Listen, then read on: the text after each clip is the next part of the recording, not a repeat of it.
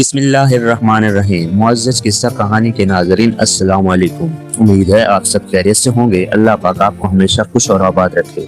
مشہور بات ہے کہ ایران میں جاڑے کے موسم میں جب بھیڑیوں کو شکار نہیں ملتا اور برف کی وجہ سے خوراک کی قلت پیدا ہو جاتی ہے تو بھیڑیے ایک دائرے میں بیٹھ کر ایک دوسرے کو گھورنا شروع کر دیتے ہیں۔ جیسے ہی کوئی بھیڑیا بھوک سے نڈھال ہو کر گرتا ہے تو باقی سب مل کر اس پر ٹوٹ پڑتے ہیں اور اس کو کھا جاتے ہیں۔ اس عمل کو فارسی میں گھر کے آشتی کہتے ہیں۔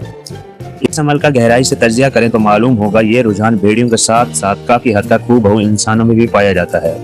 ہم انسان ان بھیڑیوں کی طرح ہیں جو کمزور نظر ہے اسی پر اپنے ڈھاک بٹھاتے ہیں۔ جو جتنا حالات کا ستایا ہوا ہوتا ہے اتنا ہی مزید اس کے ساتھ شدت پسندانہ رویہ اپنایا جاتا ہے۔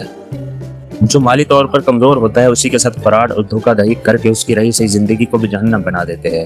ہم کمزور کا سہارا بننے کے بجائے الٹا مزید اس پر ٹوٹ پڑتے ہیں۔ جو جتنا کمزور ہوتا ہے اتنا ہی اس کے لیے زندگی کو دشوار بنا دیتے ہیں۔ خدا را اپنے آپ کو بدلیے۔